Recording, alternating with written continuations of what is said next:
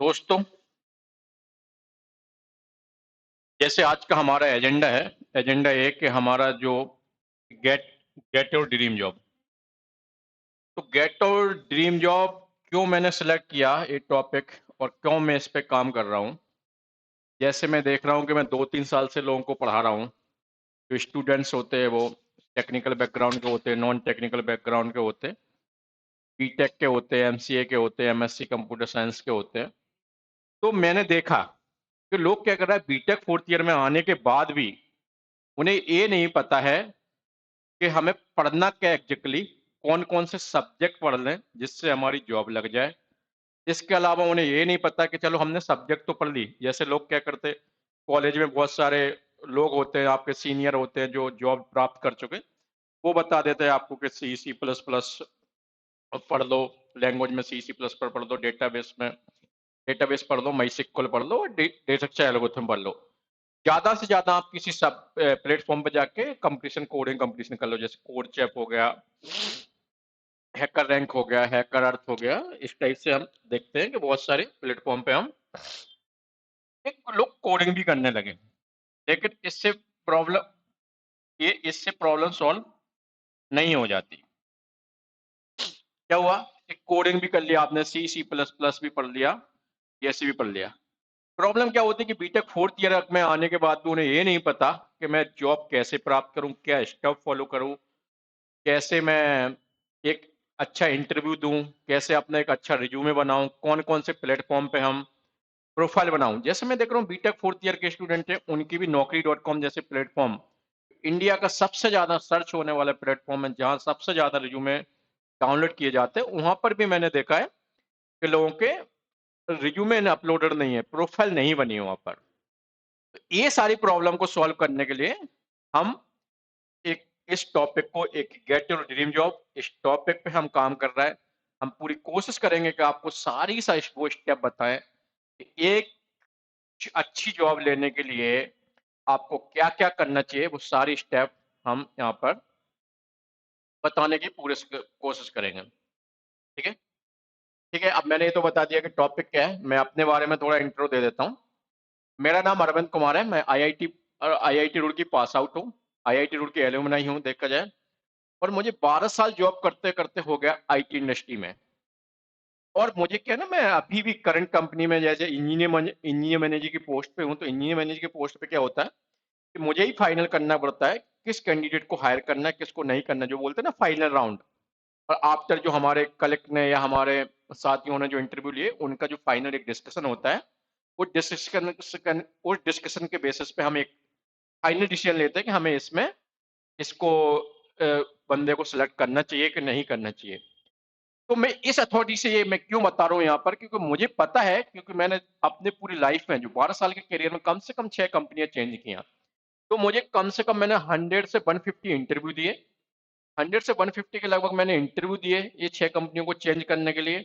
इसके साथ साथ में मैं हर दिन ही 1 या 2 इंटरव्यू जरूर लेता हूँ। तो मुझे पूरा प्रोसेस पता है कि एक इंटरव्यूअर जो इंटरव्यू लेने वाला है उस कैंडिडेट से क्या एक्सपेक्ट कर रहा होता है, आपसे क्या एक्सपेक्ट करेगा कि हमें क्या चाहिए, उस रिज्यूमे में क्या चाहिए, उस प्रोफाइल में क्या चाहिए।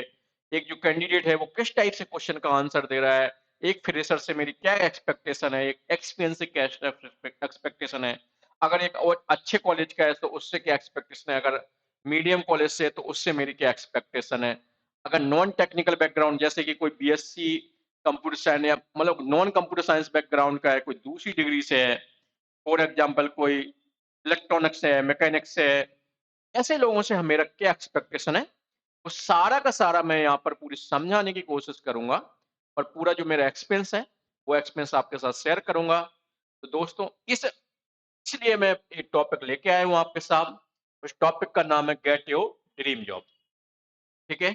यहाँ तक मुझे समझ में आ गया होगा आप लोगों को कि मेरे पास, मैं क्यों इस टॉपिक को बताने की कोशिश कर रहा हूँ, मेरे पास क्या अथॉरिटी है इसको बताने के लिए। वो आपको सारी चीजें समझ में आ गई। ठीक है। तो सबसे पहले, अगर आपको, मैं थोड़ा सा सारी की सारी चीजें रिपीट कर देता हूं। तो सबसे पहले आपको क्या करना चाहिए। पहला, अगर हम बात करें, अगर 15 मिनट में अगर इसको समराइज करने की कोशिश करें, आपको सबसे पहले क्या, foundation of fundamental programming language, कोई भी एक programming language C plus plus Java में डीपली में पढ़ लो। उसके उस बाद भी आपको कंप्यूटर साइंस, जो बेसिक कंप्यूटर साइंस होता है, उसको आप डिटेल में पढ़ लो, जैसे कि ऑपरेटिंग सिस्टम हो गया, डीबीएमएस हो गया, माइस्क्ल हो गया, ठीक है, और डिसीजन एल्गोरिथम हो गया। ये सारे आप पढ़ लोगे तो आपका काम हो जाएगा। वर्क ऑन प्रोजेक्ट, आप पूरी कोशिश करो कि आपके पास जो प्रैक्टिकल नॉलेज है कैसे प्राप्त हो। आप छोटे छोटे प्रोजेक्ट बना लो, जैसे वेब डेवलपमेंट के प्रोजेक्ट होते हैं, कोई प्रोफाइल को आप क्लोन करते हैं, उस प्रोफाइल को आप क्लोन कर लो, आपको क्या है ना, पूरी प्रैक्टिकल नॉलेज आपको समझ में आ जाएगी। लेकिन अब क्वेश्चन उठता है, जब प्रैक्टिकल छोटे छोटे प्रोग्राम बनाते हो तो आपको पूरी जो लर्निंग होती है वो छोटे छोटे टुकड़ों में होती है।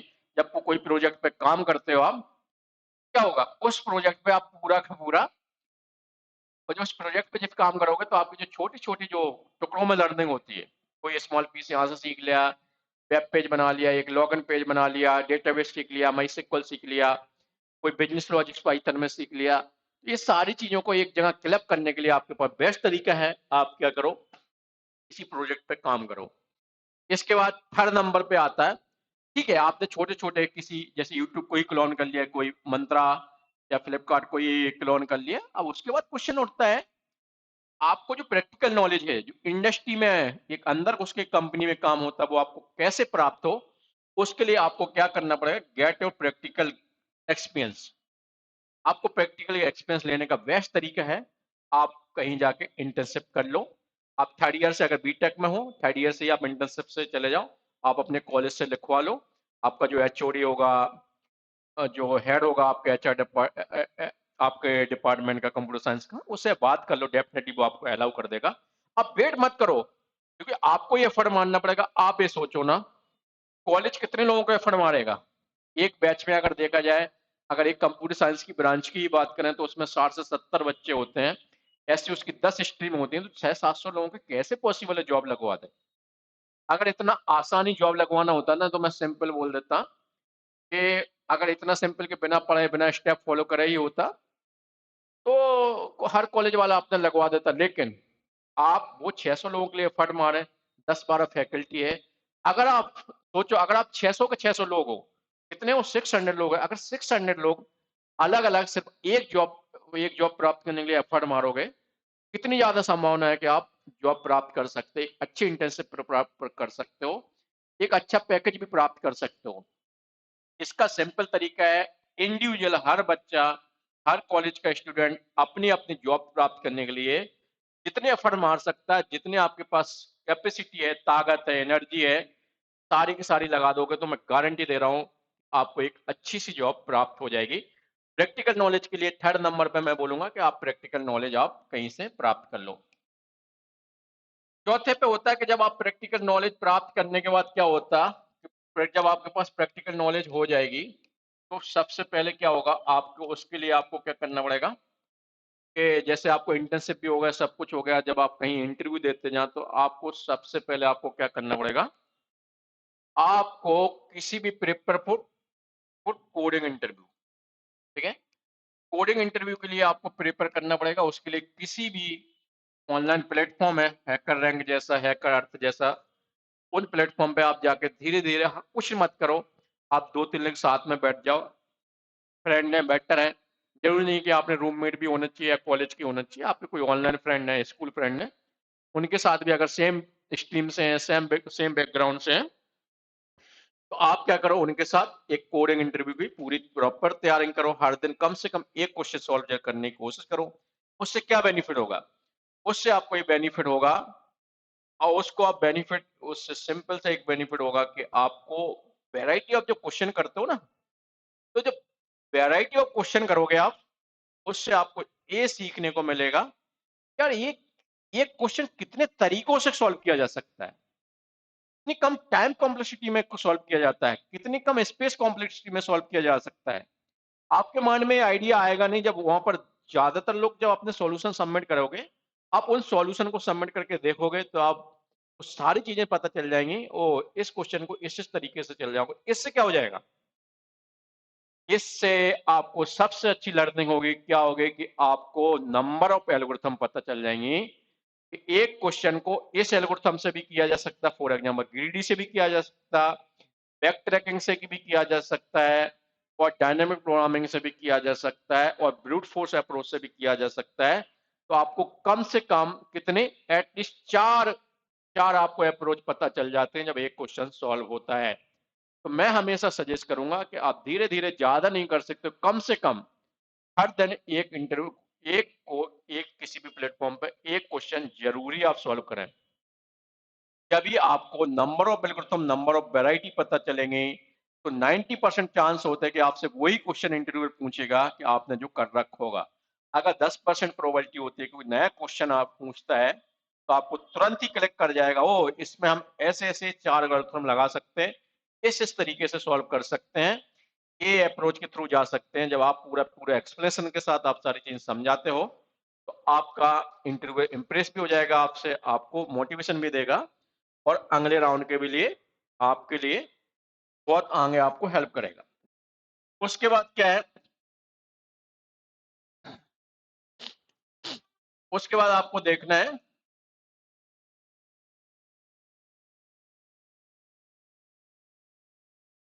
ठीक है, उसके बाद आपको सबसे पहले आपको क्या करना है कि जैसे कि आप सबसे पहले क्या करोगे,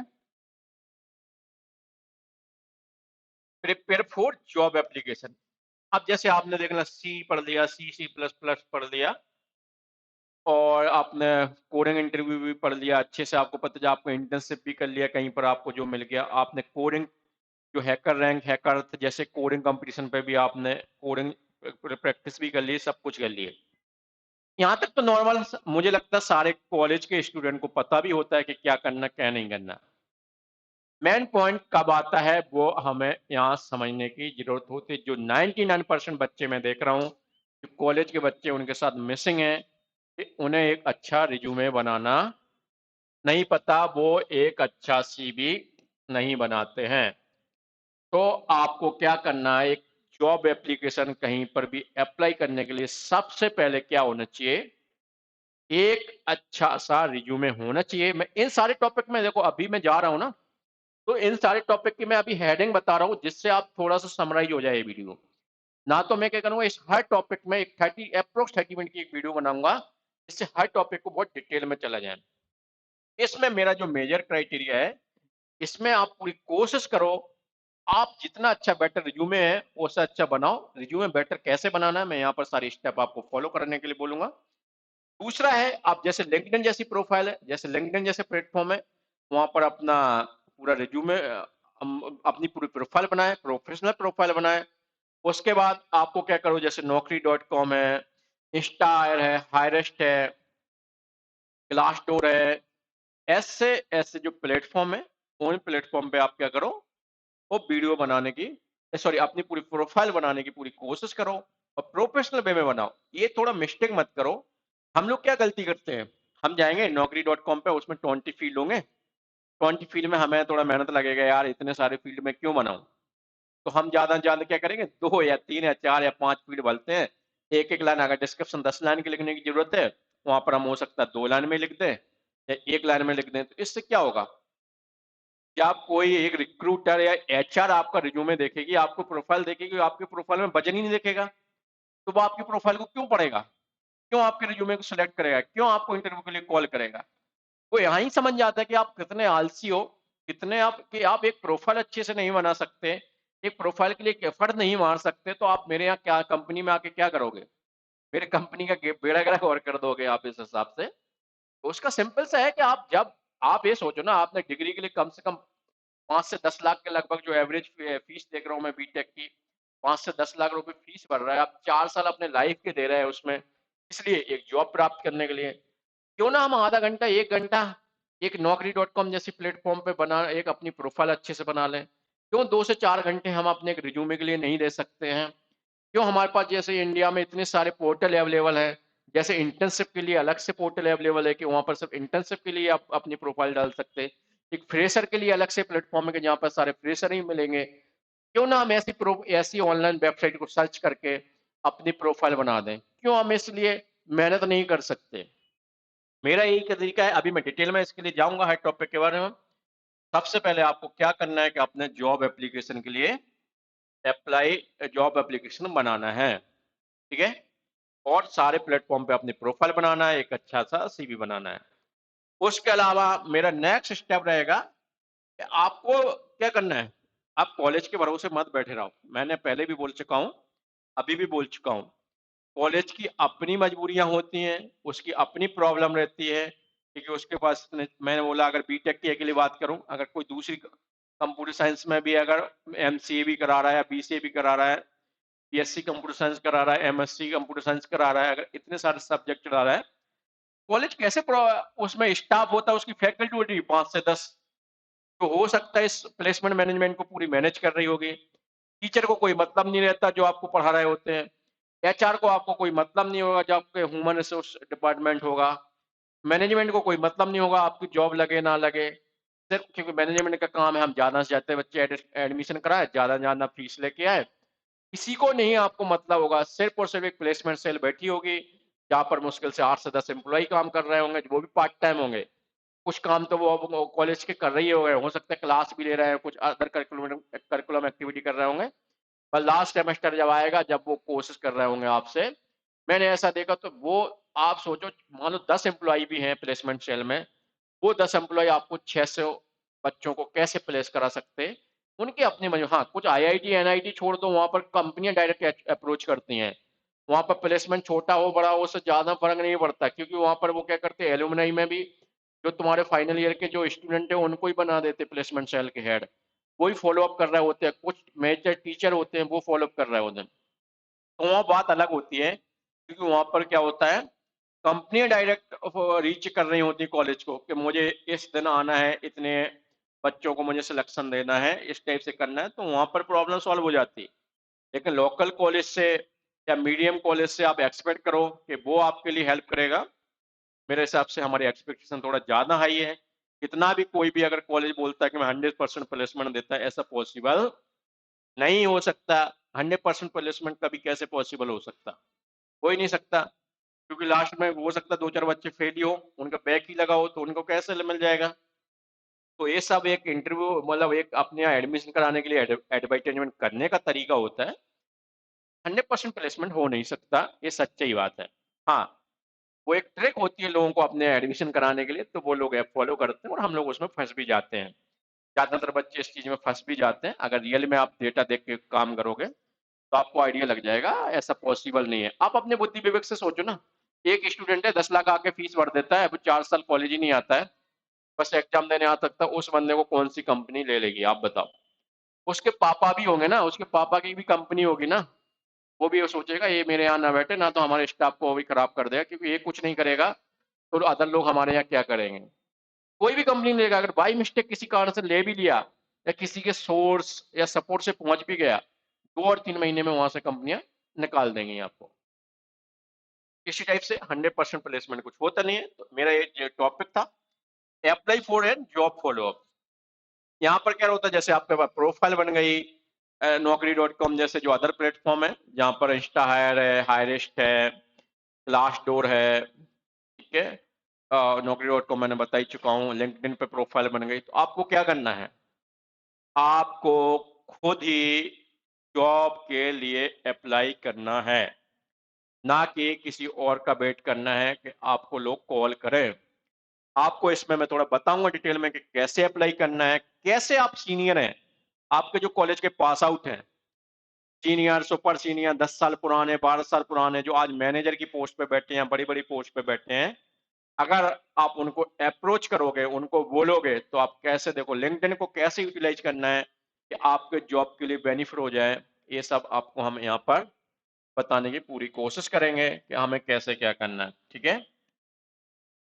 अब क्वेश्चन उठता है कि prepare for the offer, last में एक एक रहेगा कि आप प्रिपेयर फॉर ऑफर। कभी-कभी क्या होता है कि हमारा कहीं सिलेक्शन भी हो जाता है, हम अच्छा भी परफॉर्म करते हैं, सब कुछ करते हैं, तो कंपनियाँ अपनी चालाकी करती हैं, क्योंकि वो मान के चलती हैं, क्योंकि बताता नहीं है, एक फ्रेशर होता है बेचारा, डरा होता है कि बस उसका एक टारगेट रहता है कि हमारी जॉब लग जाए। पैसे के लिए ज़्यादातर लोग बॉदर नहीं करते हैं। पैसे के लिए ज़्यादा लोग सोचते नहीं है कितने का पैकेज दे रहा है, क्या नहीं कर रहा है, कैसे कर रहा है। तो यहाँ पर मैं सोच आपको यहाँ पर करूँगा कि आपको एक ऑफर लेटर के लिए कैसे प्रिपेयर करना है कि आप ऑफर में क्या-क्या चीजें एक्सपेक्ट करना है, क्या-क्या एचआर से डिस्कशन करना है, एचआर से क्या-क्या मांगना है, कि अपने पैकेज को नेगोशिएशन बहुत अच्छे से कैसे करना है। और जब नेगोशिएशन ऑफर एक्सेप्टेंस हो जाए, एक डेट ऑफ ज्वाइनिंग मिल जाए, आपको उस ज्वाइनिंग डेट के लिए फर्स्ट डे के लिए क्या-क्या करना है, वो यहाँ पर हमारा पूरा कोशिश रहेगा कि वो सारी की सारी चीजें हम डिस्कस करें। उसके अलावा हमारे पास क्या होगा, अब ये तो मैंने तुम्हें सारा डिटेल बताया, अभी हमने देखा होगा कि आप सभी को बताया, ज्यादातर मैंने इस यहाँ पर अभी तक जो कम्युनिकेशन किया, यहाँ पर पूरा का पूरा फोकस है हमारा, वो किस चीज पे है? सारा का सारा फोकस था हमारा सिर्फ कंप्यूटर साइंस के स्टूडेंट के लिए। अब लेट्स से कोई बंदा कंप्यूटर साइंस से नहीं है, नॉन कंप्यूटर साइंस बैकग्राउंड से है, और वो आईटी में जॉब करना चाहता है, वो इंटरेस्टेड भी है, कुछ कुछ चीजें सेल्फ रनिंग भी कर रहा है, या कहीं इंस्टीट्यूट में जाके पढ़ लिया, या कहीं कोचिंग या क्लासेस कर लिया उसने, या मान लो कहीं अपने कलेक्ट फ्रेंड दोस्तों से सीख लिया है, वो इंटरेस्टेड है, technical background non technical background से है, उसको क्या करना चाहिए कि वो नॉन टेक्निकल बैकग्राउंड से होने के बाद वो क्या करना चाहिए कि उसको एक इंटरव्यू देने के लिए प्रोबेबिलिटी मिल जाए, इंटरव्यू देने के लिए उसको सारी चीजें समझ में आ जाए। तो उसको समझ मैं बोलूंगा उसको, या तो full stack web development using Python, Django, SQL या मोंगोडीबी, और HTML, CSS, JavaScript, react JS, 4-5 से सब्जेक्ट हैं, आप इन पे फोकस करिए। मैं गारंटी दे रहा हूँ, जो मिड लेवल कंपनी, देखो टॉप लेवल कंपनियां तो नहीं लेंगी आपको, टॉप लेवल कंपनी के आने के लिए आपको C plus plus, DSA, MySQL, SQL, database और डीएसए, 6 सब्जेक्ट तो होने चाहिए, क्योंकि टॉप टॉप कंपनियां क्यों डिटेक्शन एल्गोरिथम क्यों पूछती हैं? डीएसए इसलिए पूछते हैं, जैसे जो एप्टीट्यूड होता है ना, तो सारी कंपनी सारे जो सरकारी गवर्नमेंट, चाहे सेंट्रल गवर्नमेंट के हों, चाहे स्टेट गवर्नमेंट के हों, सारे एग्जाम में एप्टीट्यूड पूछना या रीजनिंग पूछना कंपलसरी टाइप का होता है। ज्यादातर एग्जाम में 99% एग्जाम में, मेरे हिसाब से जो मेरी अंडरस्टैंडिंग है, नॉलेज है, हो सकता है मैं रॉन्ग हूँ, बट 99% एग्जाम में एप्टीट्यूड और रीजनिंग पूछा ही जाता है। क्यों पूछा जाता है?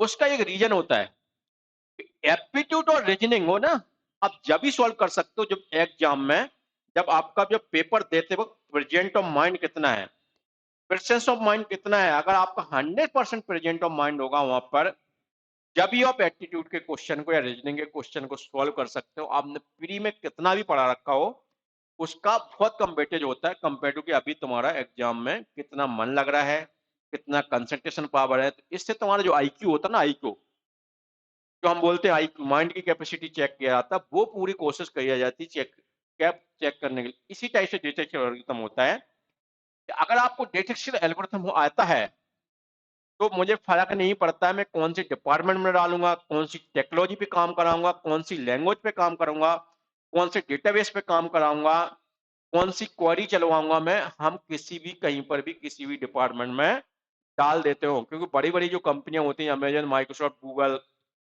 फ्लिपकार्ट, ठीक है, एप्पल, उबर, ये बड़ी-बड़ी कंपनियों को जब आपका इंटरव्यू ले रहे होते हैं ना, उनको पता ही नहीं होता आपको कहाँ पर हम डालेंगे।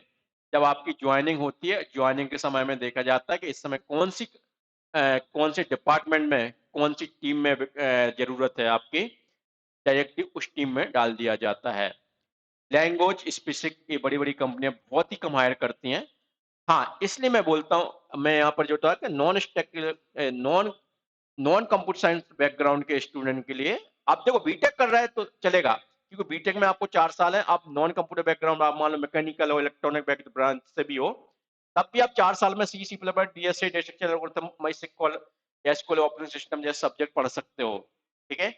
लेकिन आप सोचो कोई अगर आप बीए करके जाना चाहता है, बीएससी मैथ्स से करके जाना चाहता है, उसके लिए जो मुझे जो समझ में आता है, जो सरल तरीका है, जो मैंने देखा है, जो अपने स्टूडेंट से मैंने सीखा है, जो मेरे साथ पढ़ाई करते हैं, या हम जो उनको हेल्प करते हैं पढ़ाई करने में, जॉब लगवाने में, तो उनको मैंने देखा है कि उनके पास, उनको मैं सिर्फ एक ही तरीके से सजेस्ट करता हूँ कि फुल स्टैक वेब डेवलपमेंट आप पढ़ लीजिए।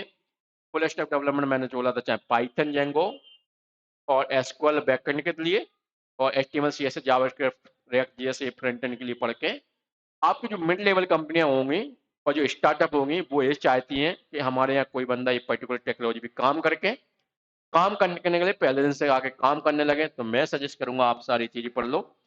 अगर दूसरा अभी जो बहुत अच्छा चल रहा है, अगर पाइथन नहीं पढ़ना चाहते तो एक मर्न करके है, MongoDB, node JS, react JS, ये सब पढ़ के आप मर्न डेवलपर बन के भी किसी एक मिड लेवल या स्टार्टअप लेवल में कंपनी में भी आप इजीली जॉब क्रैक कर सकते हो। क्योंकि देखो मैंने अगर जहाँ पर स्टेप देखा तो इसमें कोई भी ऐसा टफ काम नहीं है। अगर आपको लगा होगा कि ऐसा कोई टफ काम नहीं लगा होगा जो मैंने स्टेप यहाँ पर बताने की कोशिश किया है, ठीक है? तो यहाँ पर ऐसा कोई टफ काम नहीं लगा होगा कि यार जो हम नहीं कर सकते। कोई भी नॉन टेक्निकल बैकग्राउंड का बंदा, मैं गारंटी दे रहा हूँ, 12 महीने मेरे हिसाब से पढ़ाई कर ले, उसका जॉब लगने की प्रोबेबिलिटी 99% हो जाएगी। हाँ, हो सकता है थोड़ा समय लग जाएगा।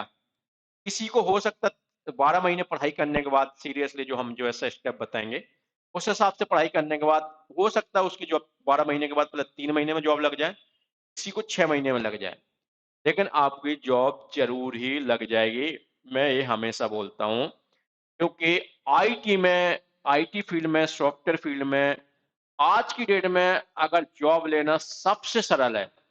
कल भी बहुत सरल था, जब मैं 2013 में मैंने इंटरव्यू दिए थे, जब भी सरल था, कंपेयर टू आप गवर्नमेंट एग्जाम की तैयारी करते रहो। आप गवर्नमेंट एग्जाम के देखते हैं, हम क्या होता है, अभी चाहे राज्य सरकार हो, चाहे केंद्र सरकार हो, केंद्र सरकार ने, सेंट्रल गवर्नमेंट तो रेलवे से कब से भर्ती नहीं निकाली। हो सकता है मेरे हिसाब से आज की डेट में 7 टू 8 ईयर होने वाले होंगे, जो सेकंड चुनाव हुआ था जब भी उन्होंने वैकेंसी निकाली थी, लेकिन उसको भी कंप्लीट नहीं किया है। उसी टाइप से आप देख लो राज्य सरकारें क्या हैं, कभी पेपर लीक हो रहा है, कभी बस रिटर्न करा देंगे, उसका इंटरव्यू कराने में 2-2 साल लग जाते, 4-4 साल लग जाते। पर हम अपनी एक एज होती है जो हमारी, क्योंकि देखो हर चीज़ की एक एज होती है। अगर आप 20 से 25 साल के बीच में हो तो इस समय आपकी पढ़ाई करने की एज है। जहाँ 30 के ऊपर होती है, आपकी एक फैमिली प्रेशर बनना लगता है, एक सोशल प्रेशर बनने लगता है कि आप शादी करो, और शादी करके जो मेन स्ट्रीम होता है, जो सोशल लाइफ होता है, उसमें आप आइए। तो आप अगर 20 से 25 की एज में हो तो आप सबसे गोल्डन एज है। आप सिर्फ़ और सिर्फ़ 1 साल के लिए पढ़ाई करके देख लो आईटी में। सीरियसली पढ़ाई करके देख लो, जो स्टेप है, वो स्टेप को बता रहा हूँ, उन स्टेप को फ़ॉलो करके देख लो। तो मैं गारंटी के साथ बोलता हूँ कि आपको 12 महीने में पढ़ाई करने के बाद आप 3 से 6 महीने जब मार्केट में उतरोगे ना, जब अपने आप को इंटरव्यू दोगे, अपने आप को बेचोगे। क्योंकि देखो, इंटरव्यू देना मतलब ऐसा होता है कि अपने आप को मार्केट में बेचना। और वही अपने आप को बेचने के लिए क्या-क्या स्टेप फ़ॉलो करना है, यहाँ पर मैं सारी की सारी मैंने यहाँ पर स्टेप बताने की पूरी आपको लोगों को कोशिश किया है, आपको पूरी समझाने की कोशिश किया है। एक टॉपिक और बचा है, कभी-कभी क्या होता है कि आप स्पेसिफिक कंप्यूटर साइंस ब्रांच से नहीं हो, क्या हो, एआई से हो, एमएल से हो, सिक्योरिटी से हो, मेटावर्स से, आईओटी से, आईओटी मतलब इंटरनेट ऑफ थिंग्स से हो, इसी टाइप से कुछ ब्रांच से हो। तो देखो, जो कंप्यूटर साइंस, क्योंकि आप भी वहाँ जाके कोड ही करना है आपको, ठीक है? और वहीं जाके कोडिंग ही करना है आपको, तो मैं आपको सिंपल सा आप बोलूँगा कि आपको ये सी, सी प्लस प्लस, डीएस है, या कोई भी एक लैंग्वेज है जो आप सीख सकते हो। मैं तो ये सी, सी प्लस डीएस एक नॉर्मल है, एक फ्लो की तरह से बोलता हूँ। आप जावा भी सीख सकते हो, पाइथन भी सीख सकते हैं। हाँ, एक लैंग्वेज, एक ऊप्स लैंग्वेज, एक डीएसए पढ़ना बहुत ज़रूरी है। डेटाबेस माइस्क्ल, और डेटाबेस पढ़ना जो आपको ज़रूरत है, एसक्यूएल क्वेरी पढ़ना आपको ज़रूरत है, ऑपरेटिंग सिस्टम आपको पढ़ने की बहुत ज़्यादा ज़रूरत है। नेटवर्किंग थोड़ा बहुत आप पढ़ लोगे तो काम चल जाएगा, ठीक है? उसके बाद अगर आप मशीन लर्निंग से हो तो आपको मशीन लर्निंग की डीप नॉलेज होना चाहिए। क्योंकि जब इंटरव्यूअर अगर ऐसा पड़ गया कि उसे मशीन लर्निंग आती है, तो वो सी सी प्लस जैसे एक तरफ रख देगा, वो पूरी कोशिश करेगा आपसे कि मशीन लर्निंग में आपको कितनी डीप नॉलेज है। आपने मशीन लर्निंग सच में पढ़ी है कि नहीं पढ़ी है? आप बोल रहे हैं कि मैंने आपको बैचलर डिग्री कर लिया हमने मशीन लर्निंग में, तो आप कोई भी एक स्पेसिफिक ब्रांच से हो, आईओटी से हो, मशीन लर्निंग से हो, कहीं से भी हो, तो आप उन सारी चीज़ों को आप अपने मेन स्ट्रीम सब्जेक्ट को, इन सब्जेक्ट के पढ़ने के अलावा आपको ये सारी चीज़ें पढ़ना पड़ेगा। इसका आपका एक्स्ट्रा वेटेज भी मिलेगा, क्योंकि आप सोचो आज एआई से हो, मशीन लर्निंग से हो, तो कंप्यूटर साइंस के स्टूडेंट से आपको बहुत ज़्यादा वेटेज मिलेगा, क्योंकि जो आज का युग चल रहा है, अभी का जो समय चल रहा है, वो मशीन लर्निंग, और एआई एमएल पे ही काम चल रहा है। तो दोस्तों यहाँ तक आपको समझ में आ गया होगा। एक बार मैं सारी चीज़ों को और रिपीट कर देता हूँ और यहाँ पर थोड़ा-सा मैं कोशिश करता हूँ कि आपको सारी चीज़ें एक ही जगह प्लेटफ़ॉर्म पे दिख जाए आपको। ठीक है, थोड़ा और बड़ा करता हूँ। होपफुली आपको दिख रहा होगा। तो एक गेट और ड्रीम जॉब प्राप्त करने के लिए पहला स्टेप है build your foundation in programming and fundamental of computer science. जो भी आता है मैंने आपको बता ही दिया था।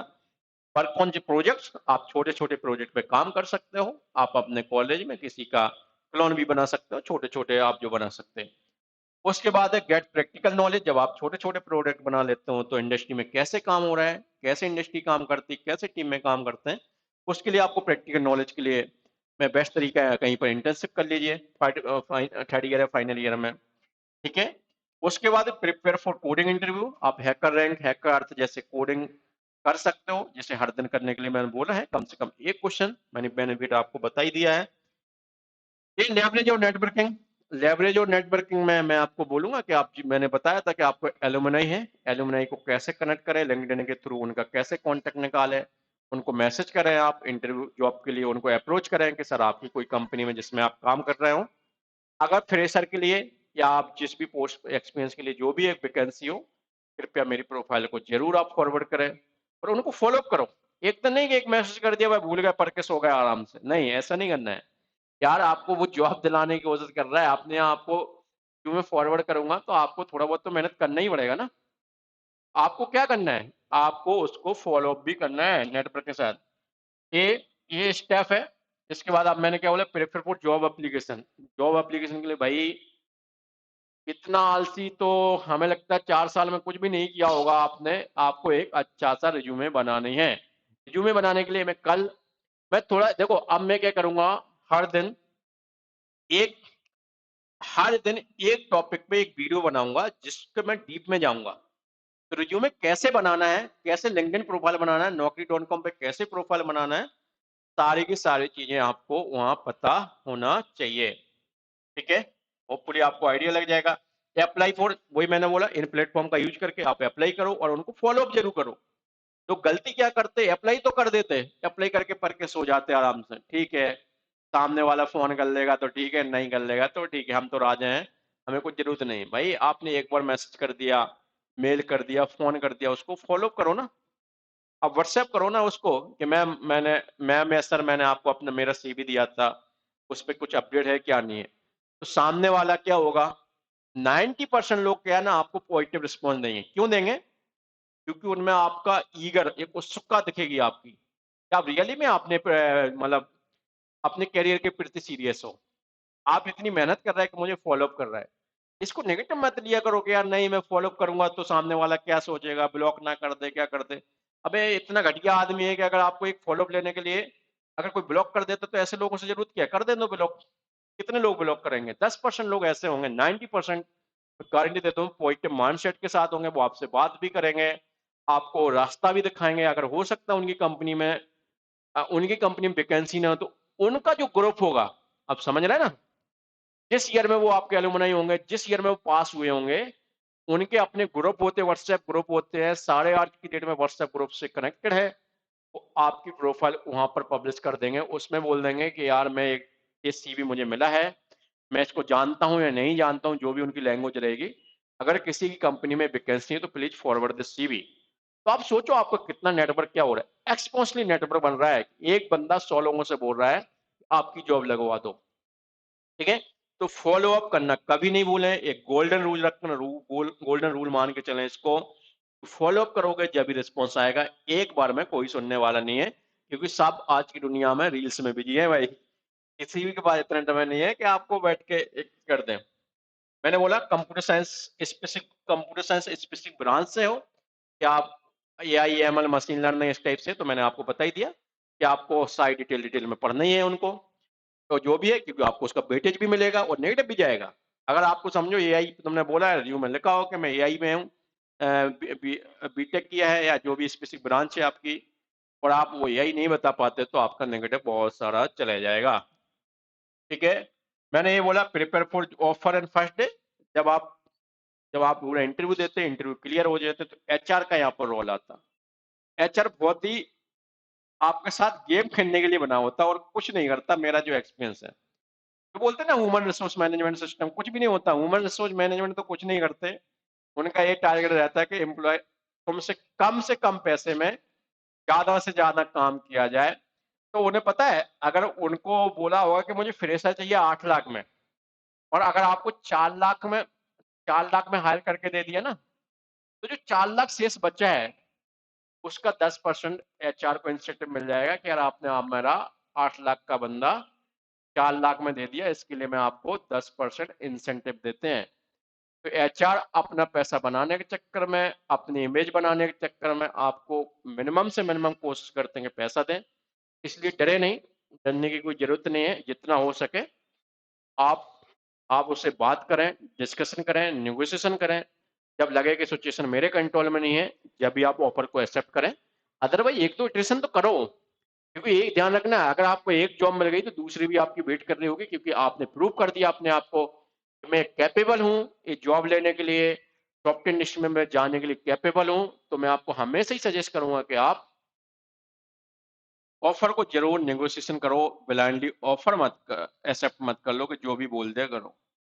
उसको बताओ, अपनी एक्सक्यूज दो कि मैम, अगर आप छोटी सिटी में रह रहे हैं, वहां पर अपने मम्मी पापा भाई बहन के साथ रह रहे हैं, और आपको कोई दूसरी सिटी में जाना, तो उसको एक्सप्लेन करो, मैम आप 30 लाख रुपए महीने दे रहे हैं, 30 लाख से ज्यादा तो मेरा खर्चा हो जाएगा, तो कुछ इतना तो दो कि 10-20 हजार में सेविंग कर चुका हूँ, अपने घर वालों को दे सकें। अदरवाइज लोग बोलेंगे, क्या बोलेंगे कि आप जॉब कर रहे हैं कुछ भी नहीं मिल रहा। थोड़ा सा एक्सक्यूज दो। एचआर जैसे अपने एक्सक्यूज दे, नहीं मेरा यही पैकेज है, यही बजट है, इससे ज्यादा मैं नहीं जा सकती, मेरी कंपनी ने यही वैल्यू किया, मेरी भी लिमिटेशन है, कंपनी अभी इतना अच्छा परफॉर्म नहीं करे, बहुत सारे एक्सक्यूज देगी। तो हमारे पास एक्सक्यूज देने के लिए भी तो हमारे पास मौके होते ना, हम क्यों नहीं देते। हम 10 रुपए की सब्जी लेने जाते, धनिया फ्री में मांगते हैं, उधर 10 एक्सक्यूज देते हैं वहां पर। यहाँ तो पूरे करियर का सवाल है। सोचो, अगर आपने एक बार कम में एक्सेप्ट कर लिया तो आपके पूरी लाइफ में कम कम कम होते जाएगा। सोचो, एक आपने ऑफर लिया 4 लाख का, 4 लाख पे जो इंक्रीमेंट होके जाएगा, बहुत पूरी लाइफ में बहुत कम हो जाएगा। आप इसको, अगर मैं देखना, मैं अपनी लाइफ में अप्लाई करता हूँ। जब तुम्हें लगे ना कि यहाँ पर मुझे लॉस हो रहा है, उस लॉस को लॉन्ग टर्म के लिए कंपाउंड इंटरेस्ट के साथ देखोगे तो तुम्हारी आंखें खुल जाएंगी कि यहाँ पर मुझे 1 लाख या 2 लाख का लॉस नहीं हो रहा है, यहाँ पर मुझे करोड़ों का लॉस हो रहा है। सोचो, अगर वो 2 लाख तुम अभी इन्वेस्टमेंट करो और इन 2 लाख पे हर साल 10% ही मान के चलो इंक्रीमेंट होता है आपको, तो 20 साल बाद मैं गारंटी दे रहा हूँ 2 से 3 करोड़ रुपए का लॉस हो रहा है आपको हर। तो हमें ऐसा होता है, ठीक है यार 2 लाख में क्या, जैसे 4 लाख, जैसे 6 लाख, ऐसी हरकत नहीं करना है, ऐसा माइंडसेट सेट नहीं करना है हमें। अच्छे से डिस्कस करना है उसको, ये बहुत जरूरी काम है। क्योंकि एचआर, क्योंकि कोई आपको बताने वाला नहीं है, कोई आपके घर वाले भी कोई जानते नहीं है उस फील्ड में, आईटी में, क्योंकि ज्यादातर लोग पहली पहली जनरेशन जा रहा है आईटी सॉफ्टवेयर में। और रिश्तेदारों से आप पूछोगे नहीं, मतलब जो जानने वाले कलेक्ट होंगे उनसे आप पूछोगे नहीं, डिस्कस नहीं करोगे कि लोग, क्योंकि हमने देखा है कि ज्यादातर लोग अपने पैकेज को डिस्क्लोज नहीं करना चाहते लोगों के साथ कि हमें इतना पैकेज मिला है, ऐसा मिला है। क्योंकि उसको हम पता नहीं क्यों डिस्क्लोज नहीं करना चाहते, जब सारी चीजें डिस्क्लोज करते तो इसको भी कर सकते। कोई अच्छा बंदा होगा तो आपको जरूर हेल्प करेगा कि आपको क्या करना चाहिए, क्या नहीं करना चाहिए। इसके अलावा मैंने बोला नॉन टेक्निकल बैकग्राउंड के लिए, भाई मैं सबसे सिंपल तरीका है, ज्यादा माथापच्ची नहीं करना है, ज्यादा दिमाग नहीं लगाना है। 3 से 4 लैंग्वेज, 6 से 7 महीने का कोर्स करके आप कहीं पर भी एक मीडियम लेवल, स्टार्टअप लेवल की कंपनी में आप जॉब प्राप्त कर सकते हैं। एक full stack development using Python, Django, SQL, HTML, CSS, JavaScript fix ही रहता है फ्रंट में। अगर वो नहीं करना चाहते तो अभी लेटेस्ट मॉडर्न डेवलपमेंट चल रहा है, MongoDB, node JS, react JS करके ये सारा डेवलपमेंट चल रहा है। इसको करके आप इजीली जॉब प्राप्त कर सकते हो। अगर अभी भी किसी को कुछ डाउट है, कुछ समझ में नहीं आता हूं, तो मैं अपना एक नंबर देता हूं कि मेरा नाम अरविंद है, और मुझे 9871533384, इस नंबर पे आप कभी भी फोन कर सकते हैं, एक व्हाट्सएप मैसेज कर सकते हैं। फोन में कभी कभी नहीं उठा पाता हूं, क्योंकि मैं अपनी डेली डेली हमारी एक्टिविटी होती है, डेली रूटीन होते हैं, उसमें बिजी रहता हूं। तो मैं कोशिश करता हूं कि कम से कम फोन उठाएं। तो इसलिए आप हमें क्या है ना व्हाट्सएप कर सकते हैं, मेरा व्हाट्सएप नंबर भी है। इसके बाद भी हाँ, देखो इसको दोस्तों भूल मत जाना, क्योंकि इन सारे टॉपिक को मैं क्या करूंगा, इन सारे टॉपिक को मैं क्या करूंगा, सारे टॉपिक को डिटेल में मैं पढ़ाऊंगा कि क्यों फंडामेंटल ऑफ कंप्यूटर प्रोग्रामिंग या फंडामेंटल कंप्यूटर साइंस क्यों पढ़ना चाहिए, एक एक लैंग्वेज में मास्टर हमें क्यों होना चाहिए। वो सारी के सारी चीजें मैं डिटेल में बताऊंगा। हर एक टॉपिक के जैसे मैं कितने हैं, 3 2 5 5 10 10 वीडियो बनाऊंगा, और मैं पूरे कम से कम एक वीडियो 30 मिनट की होगी, उसको मैं डिटेल में बताऊंगा कि क्यों क्यों हमें ये काम करना चाहिए, इससे क्या बेनिफिट होंगे, एक इंटरव्यू क्या एक्सपेक्ट करता है आपको, क्या आपको कैसे इंटरव्यू देना चाहिए, सारी की सारी चीजें हम डिटेल में बताएंगे। अभी लिए इतना है। Thank you. जय हिंद। Have a great day. Have a wonderful. Thank you. Thank you.